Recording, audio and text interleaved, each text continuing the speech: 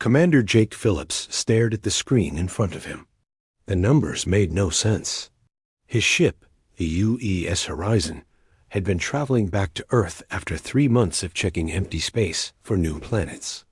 Now, just past Neptune, his computers were showing something impossible. "Lisa, you need to see this," Jake called to Dr. Lisa Martinez. She was the smartest person on the ship when it came to old things and strange discoveries. Right now, Jake needed someone smart. Lisa floated over to his chair. In space, everyone moved by pushing off walls and floating. She looked at his screen, and her eyes went wide. "That energy reading is huge," she said. "What's making it?" "I don't know. The computer says it's coming from that asteroid field over there." Jake pointed to a group of space rocks on another screen. "But we've mapped this area before. There was nothing special about those rocks." Lisa studied the numbers. She had spent years learning about old civilizations and lost technology. These readings looked like the energy signatures from really advanced machines. Much more advanced than anything humans had ever built. "Jake, we have to go look at this," she said. "Our orders are to go straight back to Earth. Admiral Morrison doesn't like it when we change course without permission. This could be the discovery of a lifetime. Look at these power levels. Whatever is out there, it's not human technology." Jake thought about it. He was a good commander because he knew when to follow orders and when to think for himself. These readings were definitely worth investigating. "All right, but we make this quick. Plot a course for the asteroid field." The horizon turned toward a strange energy source. As they got closer, Jake could see the asteroids more clearly. They looked normal, just big chunks of rock floating in space. But his instruments were going crazy. The energy was definitely coming from somewhere in that field. "There," Lisa said, pointing at the main screen. "That asteroid in the center. It's perfectly round." Jake looked closer. She was right.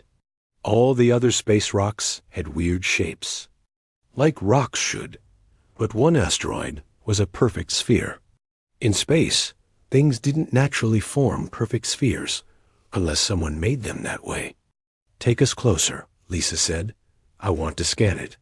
As the horizon moved toward the round asteroid, Jake noticed something else strange. The space rocks around it weren't moving randomly like they should. They were positioned in a pattern, like they were protecting the sphere in the middle. "Beginning deep scan," said Rick Barnes from his engineering station. Rick was young, but really good with the ship's sensors. "Wow, Commander, this is weird. That's not an asteroid." "What do you mean?" Jake asked. "I mean, it's made of metal. Really advanced metal. And it's hollow inside. There are corridors and rooms in there. It's some kind of building or ship." Lisa grabbed Jake's arm.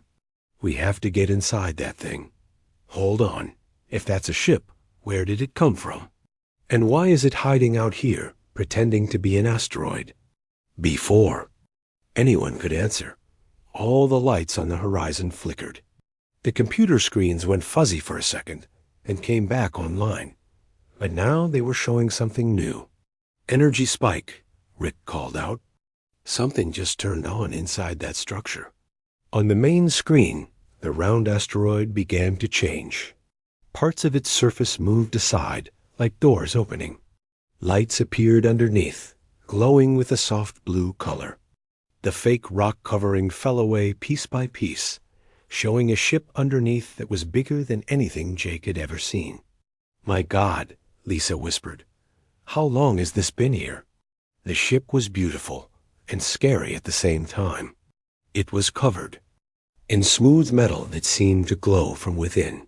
Strange symbols were carved along its sides, symbols that hurt to look at directly. The ship was easily 10 times bigger than the horizon. Suddenly, every screen on the horizon lit up with the same message. It was in English, but the words felt old and powerful. "Guardian Protocol activated. Threat assessment in progress." Prepare for contact. Jake felt a chill run down his spine. Rick, are they scanning us? Yes, sir. Really detailed scans. They're looking at everything. Our computers, our engines, even our DNA. Can you block them? I don't think so. Their technology is way beyond ours. The scanning went on for several minutes. Jake could feel it somehow, like someone looking inside his mind. It wasn't painful, but it was strange and uncomfortable. Finally, the feeling stopped. A new message appeared. Scans complete. Species identified. Human. Origin. Earth. Status. Descendants of the protected. Contact approved.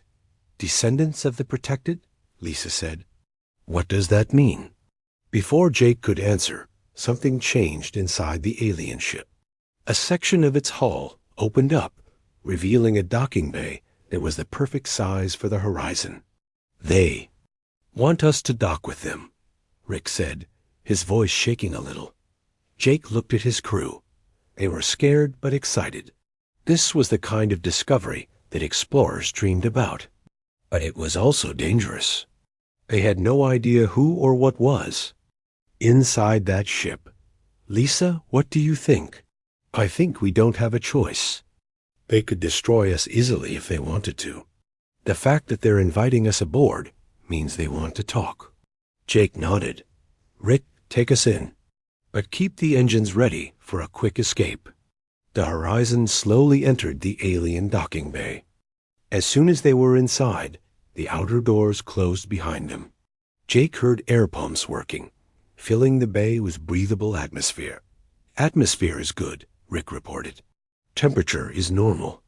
They want us to be comfortable. Jake stood up and looked at his small crew. Besides Lisa and Rick, there were only 3 other people on the ship.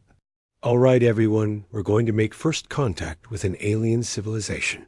Stay calm, be respectful, and follow my lead. They put on their spacesuits just in case and opened the horizon's airlock. The alien docking bay was huge and filled with soft blue light. The walls were covered with the same strange symbols they had seen on the outside of the ship dock as they walked. Across the bay, a door opened in the far wall. A figure stepped out to meet them. Jake's heart stopped out. It was a man, a human man. He was tall and strong-looking, with dark hair and eyes that seemed much older than his face. He wore clothes that looked like a military uniform, but made from materials that seemed to shift and flow like liquid metal. Welcome aboard the Eternal Vigil, the man said. His voice was deep and tired, like someone who had been sleeping for a very long time. I am Commander Alex Stone. I have been waiting. For you. Lisa stepped forward. Waiting for us? How did you know we were coming? Stone smiled, but it was a sad smile. I didn't know you specifically were coming, but I knew that someday humans would find me again. I have been sleeping here for 3,000 years, waiting for the day when Earth would need its guardian. Guardian? Jake asked. Guardian against what? Stone's expression became serious. Against the darkness that comes from between the stars. The enemy that destroyed 1,000 worlds before I stopped them. But my sleep was not meant to end naturally. Something has awakened me early. He looked directly at Jake. Tell me, Commander. Phillips, what year is it on Earth? 2387. Jake answered. Stone closed his eyes and took a deep breath. Then I have slept too long. The barriers I put in place should have lasted longer. If I am awake now, it means they are returning. Who's returning? Lisa asked. Stone opened his eyes, and Jake could see real fear there. The Veil, the destroyers of light. The hunger that devours stars. He paused. And if they are coming back, then humanity is in terrible danger. Alex Stone led them through the corridors of his massive ship. The walls glowed with soft light that seemed to come from the metal itself. Jake had never seen anything like it. The technology was far beyond what humans could build, yet somehow it felt familiar and welcoming. "Your ship is incredible," Lisa said as they walked. "How long did it take to build something like this?" "The Eternal Vigil was not built," Stone replied. "It was grown, created by joining human technology with something much older and more powerful." He stopped at a large door covered in flowing symbols. "But to understand that, you need to see what I have seen." The door opened into a circular room with a chair in the center. Strange cables hung from the ceiling like sleeping snakes. Stone sat in the chair, and the cables moved on their own, connecting to ports hidden in his uniform. "This is the memory core of the ship," Stone explained. "It contains everything I experienced during the war against the Veil, but the memories are too much for one mind to hold while awake. I can share them with you, but you must be prepared. What you will see changed the course of human history." Lisa stepped forward without hesitation. "Show us." Stone closed his eyes, and the room filled with light. Suddenly, Jake found himself standing in a different place and time. He was on Earth, but an Earth that looked nothing like the world he knew. The sky was dark with smoke, and the air tasted of ash. Cities burned in the distance, their lights flickering and dying one by one. But this was not destruction by war or natural disaster. The darkness itself was eating the light, consuming everything it touched. This was Earth 3,000 years ago. Stone's voice came from everywhere and nowhere. Humanity had just begun to reach for the stars. We were proud and confident. We thought we were ready for anything the universe might hold. Jake watched as spaceships launched from the burning world below. They were human ships, but more advanced than anything from his time. They moved in perfect formation, weapons glowing with deadly energy. "We were so wrong," Stone continued. The human fleet opened fire on something Jake could barely see. It was like trying to look at a shadow that moved wrong, a piece of darkness that bent light around itself. The ship's weapons struck it and simply disappeared as if they had never existed. Then the shadow moved. It flowed over the human ships like water, and wherever it touched, the ships began to fade. Not explode or break apart, but fade away as if they were being erased from reality. "The Veil do not destroy." Stone's voice was heavy with old pain. "They unmake. They take the order and structure that holds matter together and return it to chaos. Everything they touch stops existing." The scene changed. Now Jake was inside a massive laboratory on Earth. Scientists worked frantically on machines he could not understand. At the center of it all stood a younger version of Alex Stone, but this Stone looked terrified and desperate. "We tried everything," Stone said. "Nuclear weapons, antimatter bombs, even experimental weapons that tore holes in space itself. Nothing worked. The Veil existed partially outside our reality. We could not fight them with normal means." Jake watched as the younger Stone volunteered for something called the Guardian Protocol. Scientists connected him to machines that rewrote his DNA and linked his mind to a computer system powered by the collective will of all humanity. The Guardian Protocol was humanity's last hope, Stone explained. It would create a warrior who could fight the Veil on their own terms, existing partially outside normal space like they did. But the process was dangerous. Many volunteers died trying to become guardians. The scene showed other people attempting the process, their bodies unable to handle the transformation. Jake felt sick watching them fade away, their consciousness scattered across dimensions they could not comprehend. "I was the only one who survived," Stone said quietly. "My mind was strong enough to stay connected to humanity while still touching the spaces between realities. I became something more than human, but at a terrible cost." Now Jake saw Stone in his transformed state, fighting the Veil across the galaxy. The Guardian moved through space without a ship, his body surrounded by energy that looked like liquid starlight.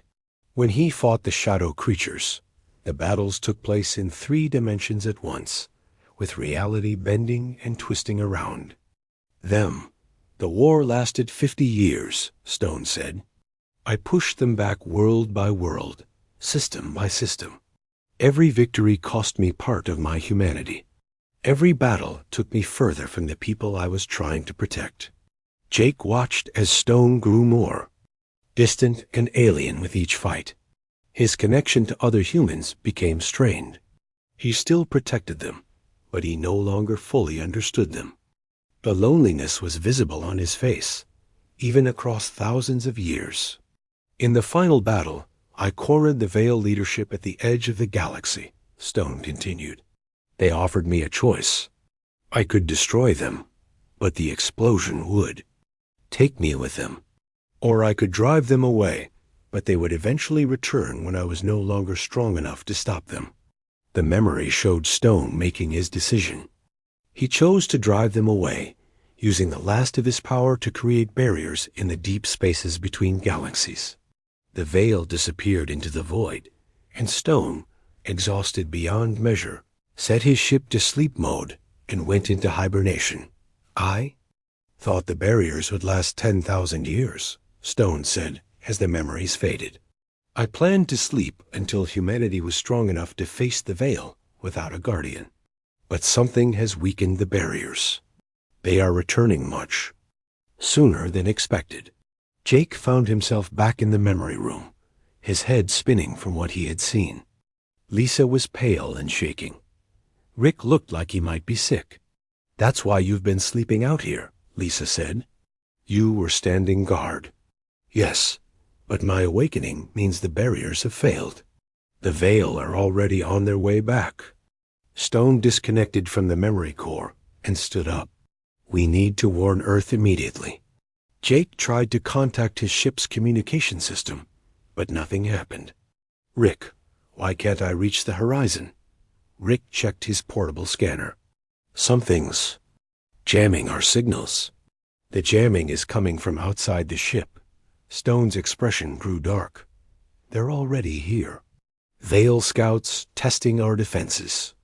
He moved to a control panel, and his fingers danced over symbols that hurt to look at directly.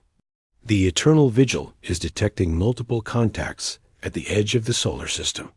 On a screen that appeared in the air, Jake saw dots of darkness, moving past the outer planets. They were small, but even through the ship's sensors, they seemed to absorb light and energy from everything around them. Jupiter's moon Europa just went dark, Stone reported. Not destroyed, erased, as if it never existed. Lisa grabbed Jake's arm. We have to get back to Earth. We have to warn everyone. Earth's military won't be able to fight them, Stone said. Your weapons are still based on the same principles we used 3,000 years ago. They will be useless against the Veil. Then what do we do? Jake asked. Stone was quiet for a long moment. The Guardian Protocol requires a connection, too. Humanity's collective will. 3,000 years ago, Earth was united by the threat they faced. Everyone knew what was coming, and everyone focused their determination on stopping it. That unity gave me the power to fight. But Earth isn't united now, Lisa said. We have conflicts and disagreements. Most people don't even know about the Veil. Then we must make them understand, Stone said. But first, we need to get you safely back to your ship. The Veil scouts will be looking for anything connected to me. Your presence here has marked you. As if summoned by his words, alarms began sounding throughout the ship. Stone ran to another control panel. 3 scouts are approaching this position, he said. They've detected the awakening energy from my ship. Jake looked at the screen and saw shapes moving toward them through space. They were hard to focus on, like patches of darkness that moved with purpose. Where they passed, stars seemed to dim and go out. Can you fight them? Rick asked. Stone shook his head. Not yet. I'm still too weak from my long sleep.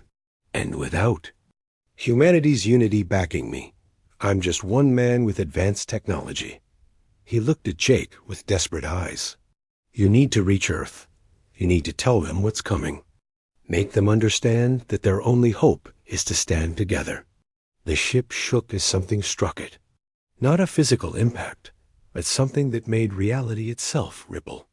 Jake felt a cold touch in his mind, like ice-cold fingers trying to pull his thoughts apart. "They're trying to unmake us," Stone said through gritted teeth. "Get to your ship, now." They ran through corridors that were beginning to flicker and fade at the edges. The veil's touch was spreading through the eternal vigil, trying to erase it from existence. Stone was fighting back, but Jake could see the strain on his face. They reached the docking bay, just as another wave of unreality washed over the ship. The horizon was still there, but parts of it looked fuzzy and uncertain. "Go," Stone shouted. "Get to Earth. Tell them the Guardian has returned, but he cannot fight alone. Humanity must choose to stand together, or everything they have built will be consumed by the endless hunger of the Veil." Jake and his crew ran for their ship as the docking bay began to dissolve around them. Behind them, Stone stood alone against an enemy that could erase reality itself, buying them precious seconds to escape and carry his warning to a world that had forgotten the darkness between. The horizon raced through space toward Earth, its engines pushed to maximum power. Jake sat in his captain's chair, watching the scanner displays with growing fear. Behind them, the eternal vigil was fighting a battle that bent reality itself. Flashes of impossible light marked where Stone struggled against the Veil Scouts. "How long until we reach Earth?" Jake asked. "At this speed, 18 hours, Rick answered. His hands shook as he worked the controls. "But Commander, something's wrong with our communications." "I still can't send any messages." Lisa floated over to Jake's chair. She had been quiet since they escaped Stone's ship, her face pale from the memories they had shared. "The jamming is getting stronger. The Veil don't want us to warn anyone." Jake felt helpless. They had the most important message in human history, but no way to deliver it. Earth had no idea that an enemy from the ancient past was coming to destroy everything. "Sir," Rick called out, his voice tight with fear, "you need to see this."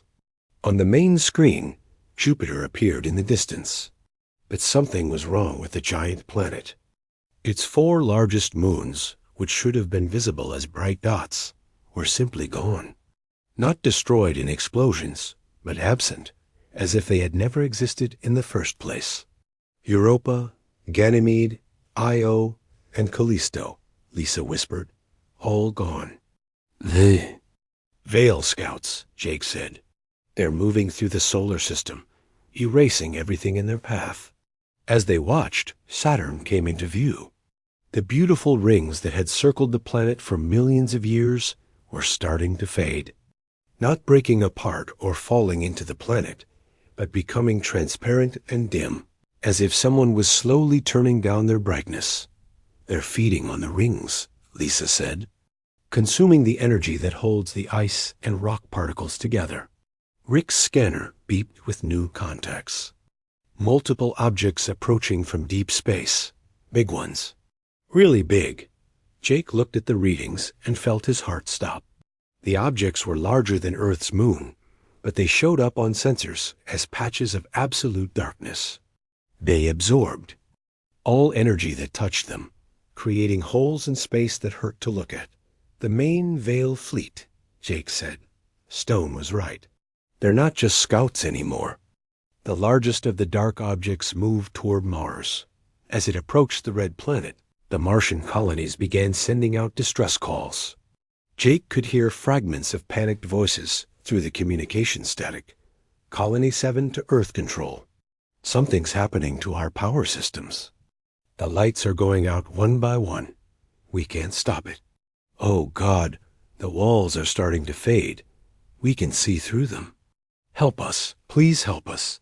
And the signal cut to static. On the scanner, Mars still showed as a planet, but all the human-made structures on its surface had vanished.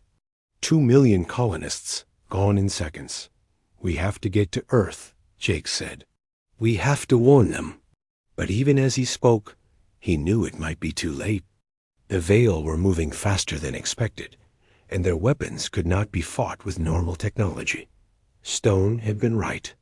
Earth's military would be helpless against an enemy that could unmake reality itself. Behind them, the battle around Stone's position was growing more intense. The flashes of light were becoming brighter and more frequent. Jake realized that the Guardian was using more and more power to fight off the scouts. But how long could he hold out? "Commander," Rick said quietly, "I'm picking up something else. It's broadcasting on all frequencies. Put it on speakers." A voice filled the bridge of the horizon. It was Stone's voice, but it sounded strained and tired. More than tired. It sounded like the voice of someone who had been fighting for his life for hours. "To all human vessels and colonies in the outer system. This is Commander Alex Stone of the Guardian Corps. The Veil have returned. Do not attempt to fight them with conventional weapons. They will only consume your energy and grow stronger. Evacuate all outer system positions immediately. Fall back to Earth and prepare for siege." The message repeated several times, then cut to static. "At least some of the colonies will get the warning," Lisa said. "But what can Earth do?" Rick asked. "If our weapons don't work, how do we fight them?" Jake didn't have an answer.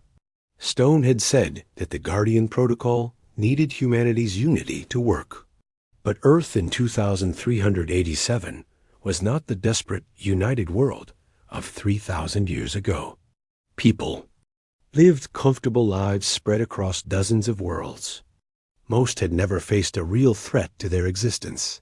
The horizon continued its race toward Earth. As they flew, Jake watched the scanner readings with growing horror.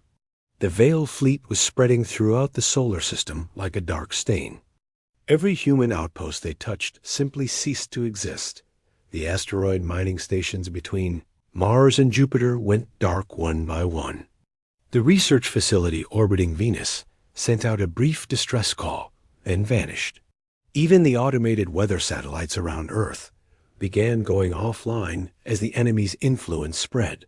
Earth control to all vessels, came a transmission from their home planet. "We are tracking multiple unknown contacts in the outer system. All ships are ordered to return to Earth immediately. Military alert status has been raised to maximum." Jake felt a small relief. At least Earth knew something was happening. But did they understand what they were really facing? Admiral Morrison's voice, Lisa said as they listened to more transmissions. "She's trying to organize the defense fleet. Attention all Earth Defense Force vessels." Admiral Kate Morrison's voice came through clearly. "Form up in standard battle formation around Earth orbit. We have hostile contacts approaching from multiple vectors. Rules of engagement are weapons-free. Repeat, weapons-free." Jake wanted to scream at the radio. Weapons-free against an enemy that could not be hurt by weapons. The Earth Defense Force was about to fly straight into destruction, and there was nothing he could do to stop it. The horizon finally approached. Earth after the longest 18 hours of Jake's life. The beautiful blue and green planet looked normal from a distance, but space around it was filled with warships. Hundreds of Earth's finest vessels, all preparing to fight an enemy they could not possibly defeat. "This is Horizon requesting emergency landing clearance," Jake transmitted. "We have critical information about the incoming threat. Horizon, this is Earth Control. You are cleared for immediate approach to Admiral Morrison's flagship. Priority, Alpha clearance." The flagship was a massive battle cruiser called Earth's Defender. As the Horizon docked with it, Jake could see weapons batteries and shield generators all along its hull. It was the most powerful ship in Earth's fleet, designed to protect the home world against any threat. But Jake knew it would be useless against the Veil. Admiral Morrison met them in the docking bay. She was a tough woman in her 50s, with gray hair and sharp eyes that had seen many battles. But Jake could see worry in her expression. "Commander Phillips," she said as they climbed out of their ship, "your message said you had encountered alien technology. What exactly did you find out there?" "Admiral, we need to speak privately. What I have to tell you will change everything." Morrison led them to her command center, where dozens of officers worked at control stations. The main screen showed the approaching Veil fleet as dark spots against the stars. "Admiral," Jake began, "the objects approaching Earth are not normal alien ships. They are called the Veil, and they are older than human civilization. They do not conquer worlds. They erase them from existence." Morrison looked skeptical. "Commander, that sounds like science fiction." "Show her," Lisa said to Jake. Jake activated his portable recorder and played back some of Stone's memories that the ship's computer had captured. The room fell silent as Morrison and her officers watched the ancient war between humanity and the Veil. "Dear God," Morrison whispered, "is this real?" "It's all real," Jake said. "And Admiral, our weapons will not work against them. We need to evacuate Earth immediately." "Evacuate Earth?" Morrison stared at him. "That's impossible. There are 7 billion people on this planet. We don't have ships to carry them all." "Then we need to find another way," Lisa said. "The Guardian, Commander Stone, he said that humanity's unity could give him the power to fight the Veil. But people need to understand what they're facing." On the main screen, the dark spots were getting larger. The Veil fleet would reach Earth in less than 6 hours. "Admiral," one of her officers called out, "we're receiving a transmission from the outer system. It's on all frequencies. Put it through." Stone's voice filled the command center, but it sounded even weaker than before. "Earth Defense Command, this is Guardian Commander Stone. The Veil Vanguard has been delayed, but the main fleet cannot be stopped by conventional means. You must unite your people's will and determination. I cannot fight them alone. Humanity must choose to stand together, or everything you have built will be consumed by the darkness." The transmission ended, leaving the command center in stunned silence. Morrison looked at Jake with new understanding in her eyes. "What do we need to do?" "We need to tell the world," Jake said. "Every person on Earth needs to know what's coming. They need to understand that their survival depends on standing together, not just as nations or colonies, but as one species facing extinction." Morrison nodded grimly. "Then we had better get started. We have less than 6 hours to unite 7 billion people against an enemy that can unmake reality itself." Admiral Morrison stood at the center of Earth's command station, watching her officers work frantically to prepare for the impossible. On screens around the room, news broadcasts from across the planet showed the same scene over and over. The message was spreading. Jake watched from a corner of the room as humanity learned the truth. For the first time in history, every television, radio, and computer screen on Earth showed the same thing. The memories of the ancient war, Stone's warning, and the approaching darkness that could erase everything they had ever built. "Global panic in Sector 7, one officer reported. "Riots breaking out in New Tokyo. Mass evacuations starting." "In the Americas," called another. "People are trying to leave the cities." Morrison looked at Jake with worry in her eyes. "This isn't working. We're scaring them, not uniting them." "Give it time," Lisa said. She had been studying the global response patterns on her tablet. "Look at the communication networks.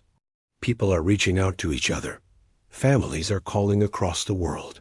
Old enemies are putting aside their fights." Jake looked at the data Lisa was showing him. She was right. As the initial panic faded, something else was happening. People were not running away from each other. They were coming together.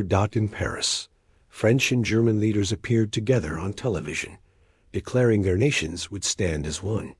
In Asia, countries that had been arguing for decades suddenly announced joint defense agreements. Even the Mars colony survivors who had escaped in the last transport ships were sending messages of unity back to Earth. "The fear is bringing them together," Lisa observed, just like Stone said it would. On the main screen, the Veil fleet continued its approach. The dark shapes were now close enough that they blocked out stars behind them. Earth's defense fleet moved into position, but Jake knew their weapons would be useless. "Admiral," came a transmission from the fleet commander. "This is Captain Ben Turner aboard Earth's Pride. We're in position to intercept the enemy fleet. Requesting permission to engage." Morrison looked at Jake. "Will it help at all?" "It might buy us time," Jake said. "And every act of courage adds to humanity's determination. Stone needs that determination to power his abilities." Morrison nodded. "Captain Turner, you are cleared to engage. All ships, weapons free. Make them pay for every inch of space." The Earth fleet opened fire as the Veil approached. Beams of energy and missiles streaked across space toward the dark shapes. Jake held his breath, hoping against hope that maybe human weapons had improved enough to hurt the enemy. The weapons struck the Veil ships and simply vanished. Not exploded or deflected, but absorbed into the darkness as if they had never existed. The Veil ships continued forward without even slowing down. But something else happened. As Jake watched, he felt a strange tingling in his mind. It was faint, but growing stronger. Around the room, other people were touching their heads and looking. Confused, "What's happening?" Morrison asked. Lisa's eyes went wide. "It's Stone. He's reaching out to us. The Guardian Protocol is trying to connect." Jake felt it too now. A presence in his mind that was familiar and comforting. It was the same feeling he had experienced aboard the Eternal Vigil, but stronger. Stone was using his enhanced abilities to link with every human consciousness on Earth. "People of Earth," Stone's voice spoke directly into their minds. It was not heard through their ears, but felt in their thoughts. "I am Alex Stone, your guardian. 3,000 years ago, your ancestors gave me the power to drive back the darkness. Now I ask for that gift again." The mental connection grew. Stronger. Jake could feel not just Stone's presence, but something much larger. He could sense other minds across the planet. Millions of people, all feeling the same connection, all sharing the same determination to survive.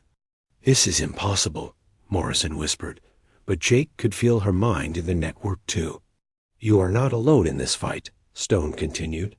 "Every act of courage, every choice to help instead of flee, every moment you stand together instead of apart, feeds the power I need to protect you. But I must ask something terrible of you." The connection deepened. Now Jake could not only feel other human minds, but he could sense Stone himself. The Guardian was in agony. His long battle against the Veil Scouts had left him exhausted and wounded. His ship was damaged, his power nearly gone. "The weapon I must use to stop the Veil will require everything I have." Stone's mental voice was heavy with sadness. "It will not just end my life. It will erase me from all possible timelines. I will never have existed. But before I can use it, you must give me permission to disconnect from you. I must face the final battle alone." Jake felt the collective gasp of 7 billion minds as they understood what Stone was asking. He needed their power to charge his weapon, but using it meant cutting himself off from the very source of his strength. "We can't ask him to do that," Morrison said out loud, tears in her eyes. But even as she spoke, Jake could feel the answer forming in the linked minds of humanity. It was not a decision made by governments or leaders. It was the choice of every individual person, all making the same choice at the same time. They would let him go. The mental connection surged with power as billions of human minds focused their will on a single purpose. Stone needed to survive long enough to use his weapon. They would give him everything they had. Jake felt the change immediately. A Guardian's presence in their minds grew brighter and stronger. Across space, the eternal vigil began to glow.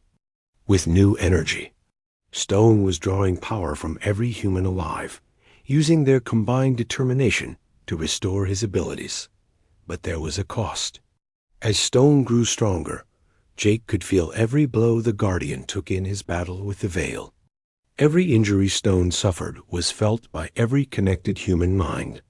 The pain was shared among billions, but it was still there. Earth's pride to all ships. Captain Turner's voice came over the radio. The alien vessels are changing course. They're moving away from Earth and toward that energy signature in the outer system. On the screen, Jake watched the Veil fleet turn toward Stone's position. They had sensed the Guardian's awakening power and recognized the threat he represented. The main enemy force was abandoning its attack on Earth to destroy him before he could use his weapon. "He's drawing them away from us," Lisa said. "He's making himself the target to protect Earth." But Jake could feel through the mental link that this was exactly what Stone had planned. He needed the Veil fleet concentrated in one place to use his weapon effectively. By threatening Earth, he had forced them to come to him. "All Earth vessels, fall back to defensive positions around the planet," Morrison ordered. "Do not pursue the enemy fleet." Turner's voice came back over the radio. "Admiral, with respect, we can't just let him fight alone." "Captain, our weapons can't hurt them. The best thing we can do is keep Earth safe while the Guardian does what he has to do." Jake felt Stone's gratitude flow through the mental link. The Guardian knew he was about to die, but he was not afraid. He was proud that humanity had grown into a species worth protecting. The battle in the outer system began in earnest.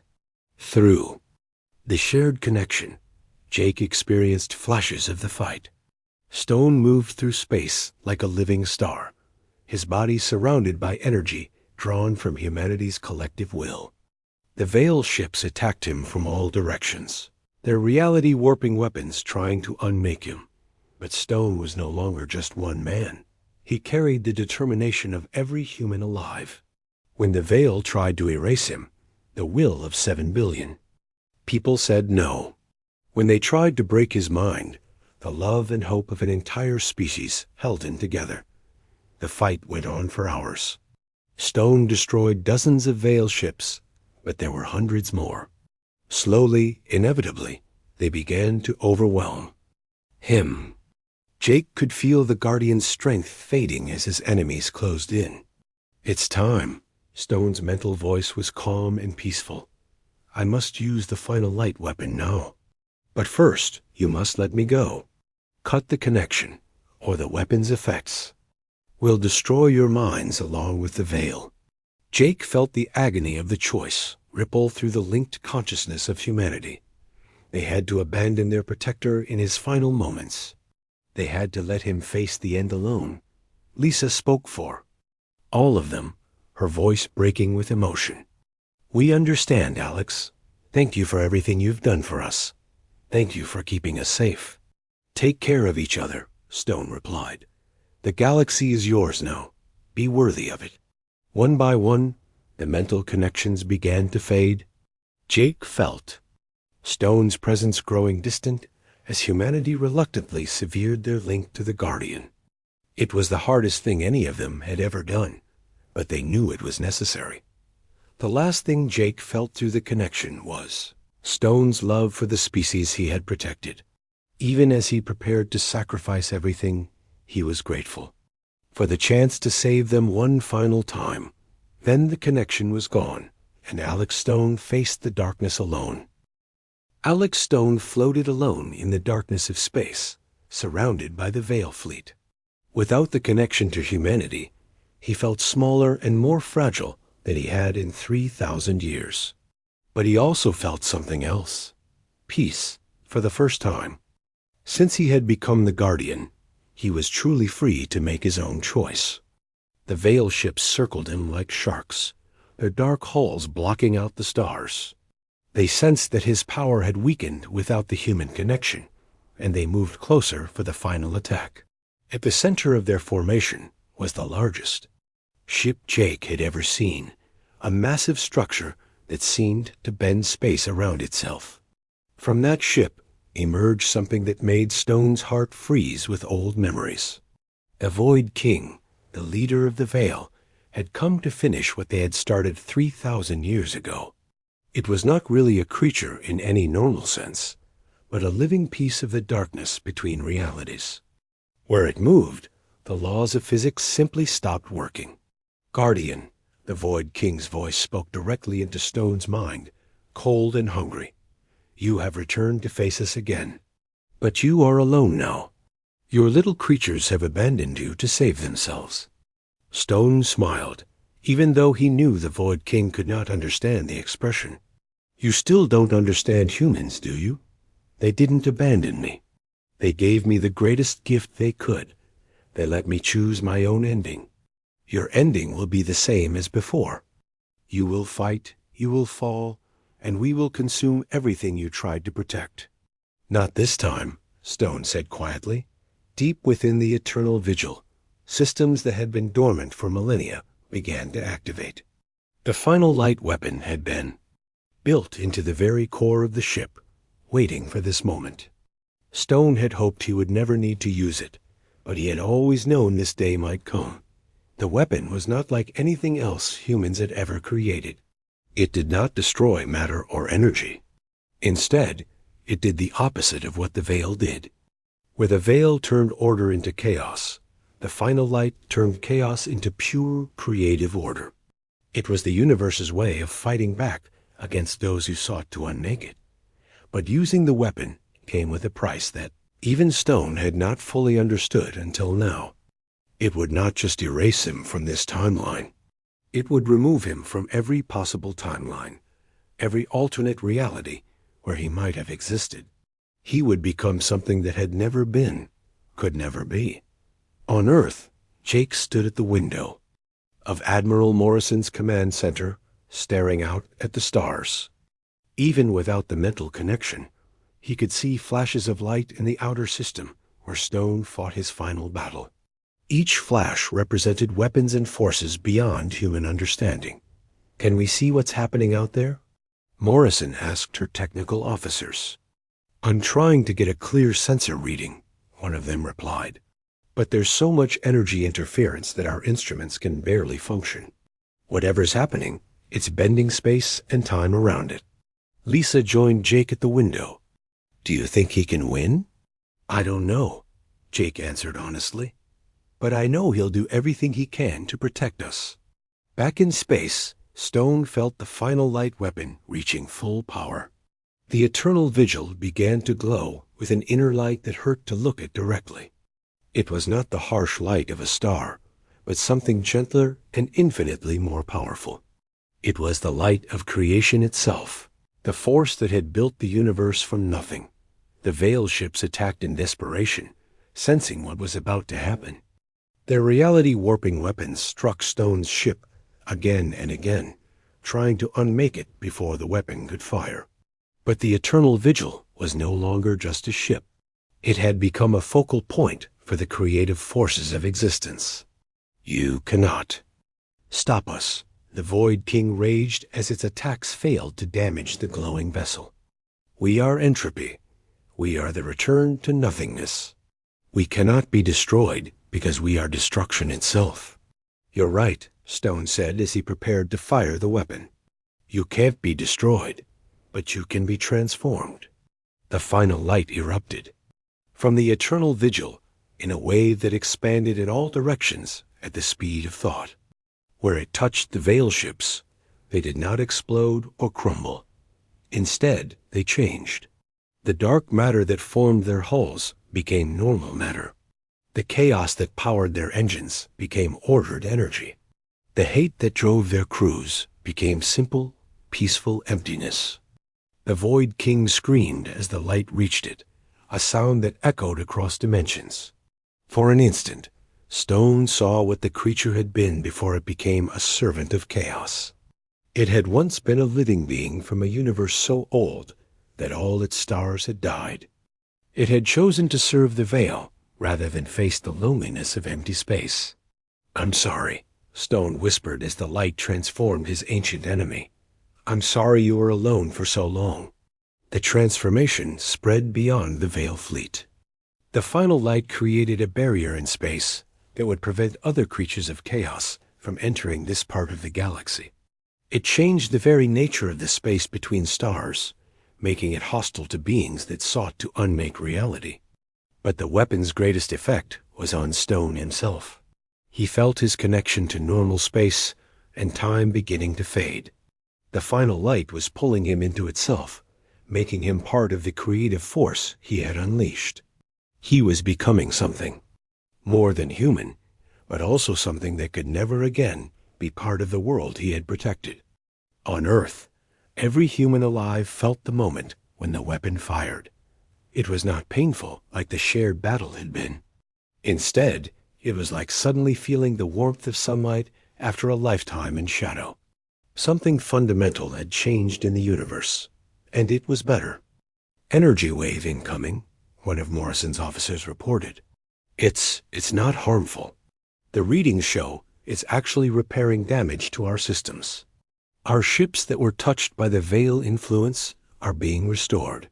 Jake watched through the window as the wave of light passed over Earth.